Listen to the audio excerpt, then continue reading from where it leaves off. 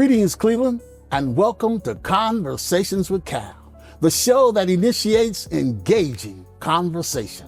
I'm your host, Cornell Calhoun III, and today our conversation centers around a world premiere production, Showing Up Black. And here to tell us more about this new and exciting play is the playwright, the multi-talented Miss Jeanne Madison. Jeanne, welcome to the show. Thank you, Calhoun. I appreciate that energetic introduction. Let's start a conversation. So, you know what's interesting? I'm so proud of you. You have just taken the Northeast Ohio theater community on its ear. You started out as a performer. Talk a little bit about that, and I'm going to tie it in with your playwriting credits. Okay. Well, in 2009, I was talking to a girlfriend about what we always wanted to do when we grew up, because I was in corporate America and she was working for a university. And I said, I always wanted to be an actor. So she said, you can still perform. And I said, oh, no, I'm too old. That's past. And she dared me. So I went to Karamu. I auditioned. I didn't get that part, but the director called me back, Terrence Spivey, about a month or so later, and cast me in a world premiere of From Breast Cancer to Broadway. It was a devised piece. Then he called me again for Shadowbox, and I started to think, well, I really have some acting talent. So then I started to audition at different theaters around the region and ended up working at Cleveland Public Theater, Ensemble Theater of Cleveland, Oberlin, Weather Vane, Convergence Continuum. And I was having just a tremendous time, having a lot of fun doing that. And then the pandemic hit. We were doing Greenwood at Greenwood, An American Dream Destroyed by award-winning playwright Celeste Bedford Walker, who's become a friend of mine, at Karamu. And it was on camera, and we were in pandemic. And it became clear that we were not going to be able to do acting as we had been doing it before. So I began to look for other avenues for my creative spirit. What inspired you to be a playwright? Well, I had always loved writing. I always wrote in high school. Even when I was working in the business world, I wrote a lot of proposals. And in so many ways, the difference between a proposal and a play is, in a proposal, you tell them the end in the beginning. I want you to do this thing, and I want you to buy it from me. With a play, you're going to tell them a story and take them on a journey, and then give them the ending at the end. So we weren't acting because it was pandemic, but I took some classes on Zoom at Cleveland Playhouse. And in addition to scene study and scene analysis, I took a playwriting masterclass. One of the playwrights said, think about writing 10-minute plays and think about writing plays for Zoom. Well, I had been working on this play that I wanted to get out, but I couldn't write it the way I had first started to write it. But then it hit me. I could write it as a 10-minute play for Zoom because it could occur as a telephone conversation. And I did. Peter Lawson-Jones told me to call Celeste Cosentino at the Ensemble Theater, which I did. She read it and invited me to join the stage rights unit at Ensemble Theater. It's a group of writers, editors, and actors, and we read each other's plays and critique them. And then help each other get to the next step. Now, talk about Showing Up Black. Well, thank you for that. This is such an exciting journey. Showing Up Black is getting a full production at Cleveland Public Theater. It started February 20th. It'll run through March 8th. It began as a result of some very strong emotions I had about a young Black man in Cleveland being killed by police in his home before he went to school. And I was just so distraught over this and very angry. I have sons, and just the whole thought of that was just depressing.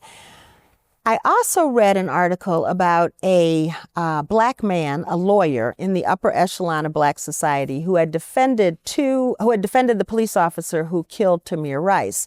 And I was very I guess, distressed about that, because I remember a time when the upper middle class of Black America and the working class and low-income people were all together united in the struggle. Mm-hmm. And I wondered, where were the voices of Black people that had power and influence to make a change in the way these things happened and the fact that they happened at all?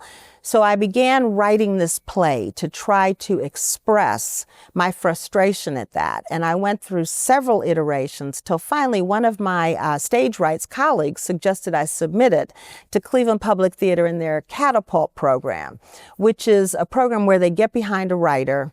They assign you a mentor. I was excited to work with Eric Coble. I had performed 2 of his plays. Yes. He's a Cleveland-based playwright, but his works have been on Broadway. With one of your mentors, Dorothy Silver, performed a role here that I also performed in Velocity of Autumn.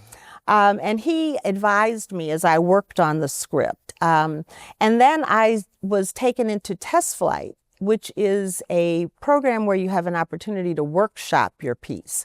So you get to do it in front of an audience with a director, with actors. You have minimal costumes, minimal lighting. So it doesn't have that same beauty of a full production where you're being transported, but your audience has a chance to experience your script through actors, and you have a chance to see it.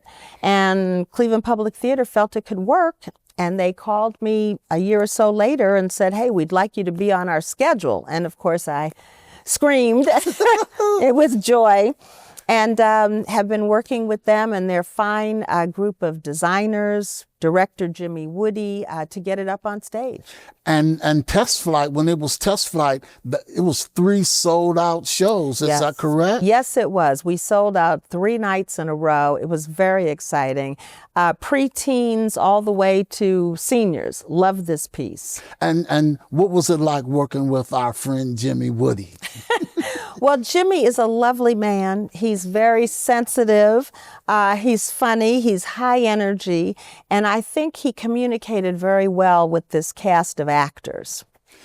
Talk a little bit about the title, Showing Up Black, because, we always show up black. Exactly, exactly. And that's exactly the point. However we show up, we're coming as Black people in all our glory and everything else. As I started it, it was called Black Bougie. Okay. But there were so many shows called Black Bougie on TV and in the movies. And what I found was they weren't really authentic because they weren't written by people who had actually lived that kind of lifestyle and had lived it for generations. Maybe your parents were. So I started looking at what I had written and realized that there were several different avenues towards equity and equality that are described and pursued by each of the characters. And that is sort of a commentary on how we are arriving on the scene and persevering towards our goals, our collective goals. Talk about the voices of the characters. How did you develop those distinctive voices? Well, thank you for saying they're distinctive. I think, well, at least what some people have said is a lot of it is modeled on my parents, who were married for 60-some years till my mom died in 2012. And if you look at Claire, the protagonist, she is a powerhouse on the sort of social, civic, professional volunteer side of things, where you can demonstrate that we belong here. He is in the halls of power and influence. His professional colleagues are senators. They have a friend who's a judge who's on the short list to be a Supreme Court justice. Mm-hmm. He's on an arc to the top law office in the land. There's a young man who is on scholarship at an exclusive East Coast school. He grew up in East Cleveland. He's kind of modeled on Michael Oatman. He came out okay, but he's considering being a full-time activist. And so he's going through that. Should I go back to school and finish this degree, or should I stay here and protest this wrong that's been done? There's another character in the play who kind of provides the comic notes, but she lifts up the power of humor and friendship in life and in the play. And then there's the young girl who's the debutante. And sort of all of this is kind of revolving around her and being absorbed and rejected and absorbed and rejected, and will ultimately probably become internalized in the way, I guess I kind of hope that we are able to use all of our capabilities to go forward. That whole theme about debutantes, elaborate a little bit about that. Well, I don't remember how the concept of a debutante ball came to me, but I thought about what would be the exact opposite of a Black Lives Matter protest. And I came up with the debutante ball, even in the colors. Right. As I began to look at debutante balls and really dig down into what they represent, I realized that it is about showing, again, how we do achievement. And it's really about the father, the man, showing that he has protected his daughter and his wife and his other children. He has provided for her. She's educated, she's beautiful, she's genteel, she's smart, and she's prepared to take her place in society and make her mark on the world, on her family, just in life in general. It's a sorority debutante ball, again, the power of friendship to go forward. And as you know, we have been a club people because we know their power in numbers. I know you're an Alpha Phi Alpha. Incorporated. And one of the things that I shared with the cast in the dramaturgy I put together for them is that Alpha Phi Alpha has been having debutante balls for 75 and 80 years in cities like Savannah, and I think it's Kansas City. We always think of the Lynx, the Alpha Kappa Alphas, the Delta Sigma Thetas, the Jack and Jill, but some of the fraternities have had debutante balls as well, because they embody this idea of, and I can't remember the 3 precepts of Alpha Phi Alpha, but I know one is scholarship, honor, integrity, family, protecting love for all mankind. Exactly. Right. Yeah. And so to me, that became sort of a commentary on who we have been through the years. Because I know Alpha started in 1906, Alpha Kappa Alpha started in 1908, and it just over 100 years of Black men and women embodying these principles of integrity and scholarship and family and service and God and country. And that's another way we show up Black. So I wanted to sort of show all of that and have it be elegant. Yes. And then here's the young man who's committed to advocacy, but at the same time protecting those who are not as strong or as powerful as he is, putting himself in front of others of the race. In other words, sort of fighting those battles for others. I don't want to give too much away, but I will say this, it's not a trauma play. I like to say that no one gets killed. There's, may I say, no pimps, no prostitutes, no prisoners, no drug addicts, no drug dealers. No one gets killed on stage. But there's still conflicts and tension and conversations about who we are, what we want, and how we get it. I think we can't talk about debutantes and elegance without talking about the costumes and the costumer. Yeah. I saw some of the photographs that were just incredible. And I know Mia Jones is your costume. Yeah. Talk a little about working with her. Oh my God, Mia is incredible. I wanted Mia from the moment they told me, we want you to do the show. I didn't think about anything else except those costumes because, the debutante ball, Right. it. Mia is probably one of the best. She studied with Harold Crawford, who we know is highly decorated. Right. He's done television, he's done movies. She understands how color impacts a character, how you show their arc through how they dress. The debutante ball is gorgeous. It's just, you hear an intake of breath when they come out. I saw some of the photos with Daryl Tatum and Ashley Aquila. Unbelievable. I can see why people are so mesmerized by the production. Oh, good. Yeah. We had a great set designer. Richard Morris created a beautiful space for them to perform in. And then Drew Pope, who plays the young man, he looks like somebody who's hard, but he still has a soft edge because he is in college and he is smart. And he's smart enough to take a path that incorporates a lot of different avenues. What are some of the messages you hope that the audience will get from the production? Well, I hope the audience will understand that there are many ways to be Black. There's no one way. And so when we are regarded by others, I hope they will be able to see us more clearly and not just see us as fill in the blanks, but understand that we can soar, that when you look at Barack Obama, he's not an anomaly. He made it to president, but there's so many others who have the skills, the capability, the gentility. I talked to a couple after the show because I wait around and see if people want to chat. This happened to have been an older white couple. And looking at them, I wasn't sure how they felt and what they might say to me. I wasn't sure if I was going to get a negative earful. But when they approached me, I thanked them for their patience because they had waited while I talked to others. And the wife began to talk to me and telling me how much she enjoyed the show. The husband turned and looked at me and he was kind of choked up and he said, I started to weep. Because he was a Vietnam veteran, he shared with me, and on 6 different occasions he had been beaten by police and tear gassed by police. But he felt that this play showed that you can come back from that and be lifted up and pursue your dreams. You don't have to lose everything because something has intervened that has been pretty horrific.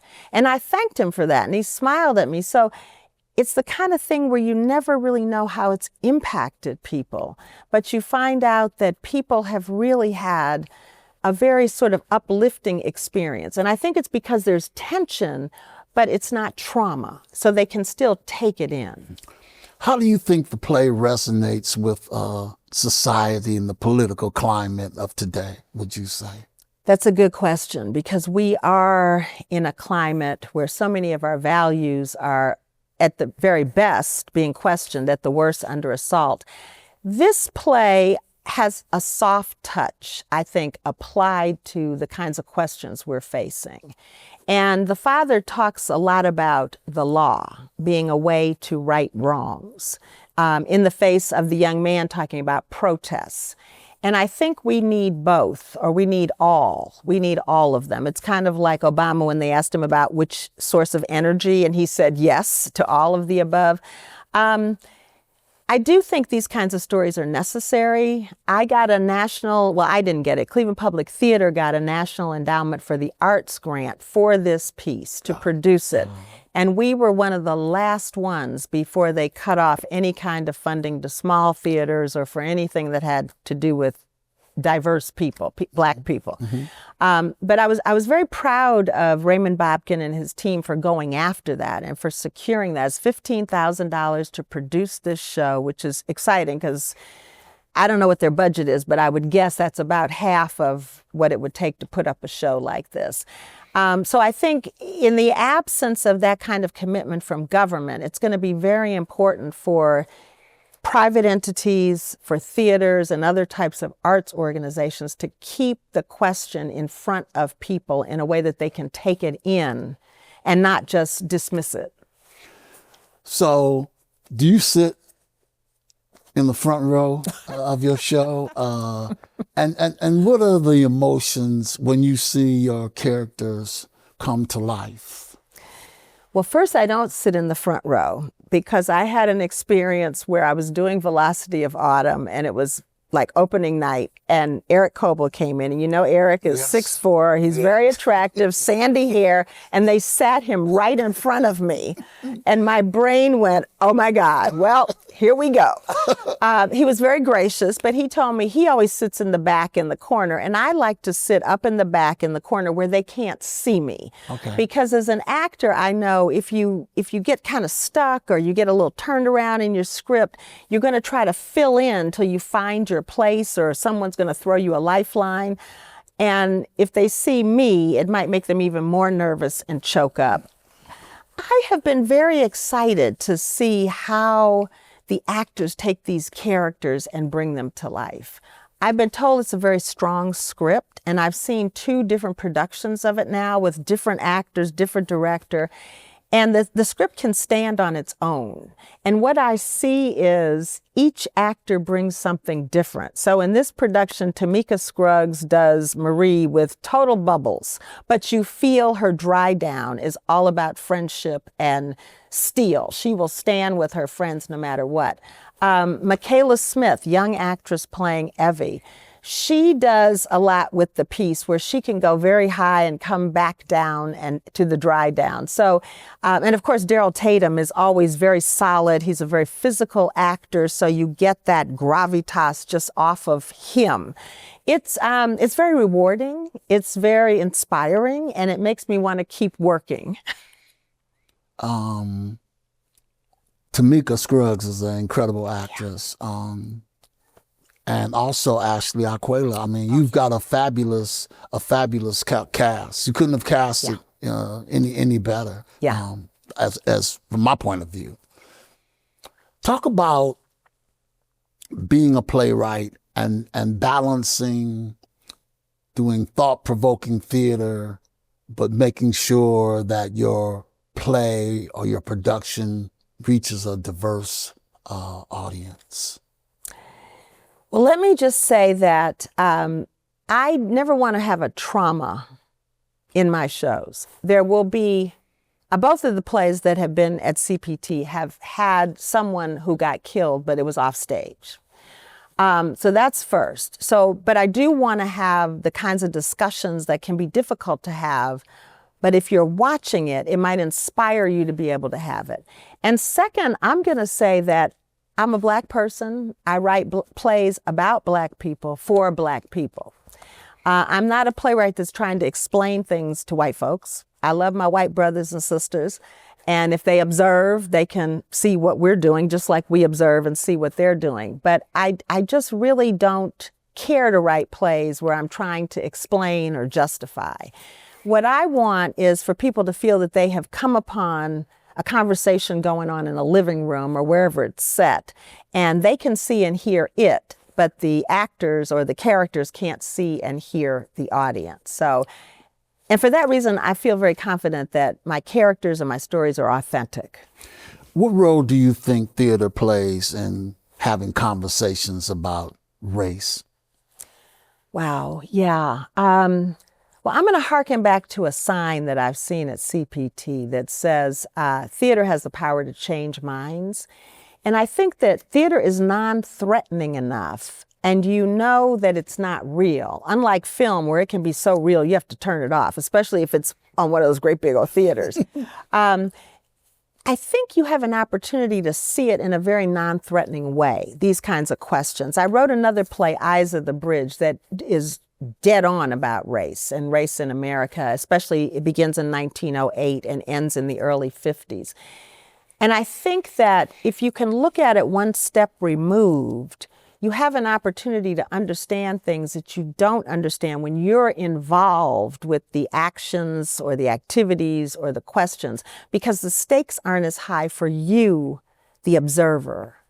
And I think that's true of everything. Velocity of Autumn is about Alzheimer's, and there are a lot of people that are going through their parents or themselves having dementia and Alzheimer's. So to be able to see that play, you can get a different understanding of what someone's going through, and it can help you as you devise your strategies to go forward, or just to understand, oh my God, I have that feeling. I didn't know I felt that way. And then you can deal with it.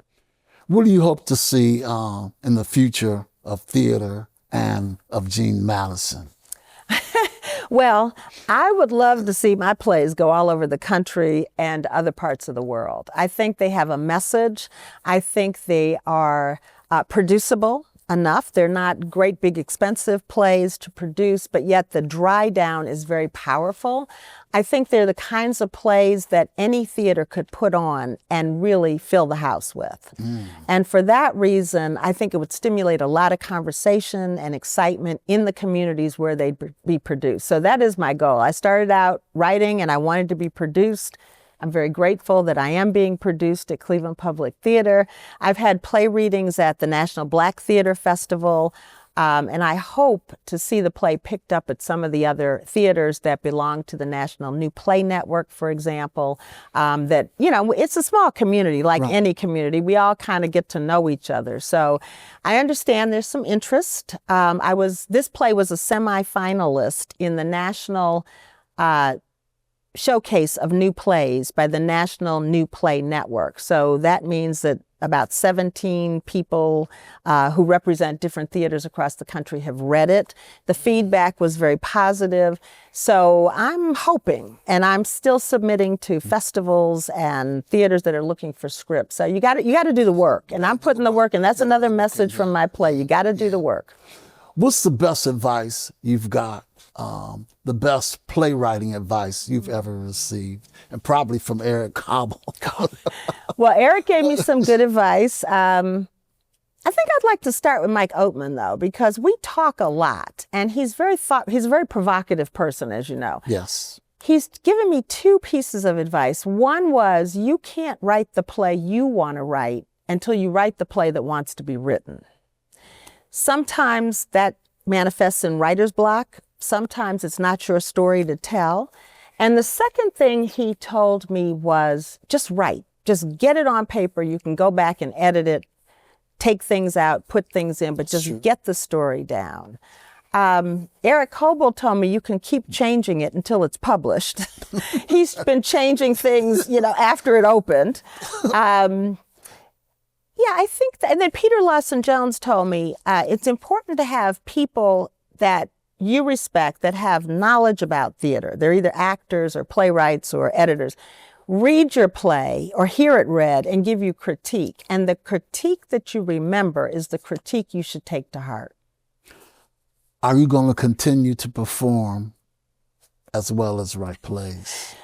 Yeah. If I get a piece that I like, I'll go audition for it. I auditioned for Fat Ham at Cleveland Playhouse. I didn't get that part, but I got beat out by a Broadway actress, Mariama White. So, how hurt could I be? Right. But yeah, I will continue to audition for some parts. I think that certainly as an actress, as you mature in life, there are fewer and fewer parts because people are looking for, wives and daughters and ingenues, which is one of the reasons I started writing. Yeah, maybe that's why I don't get cast anymore.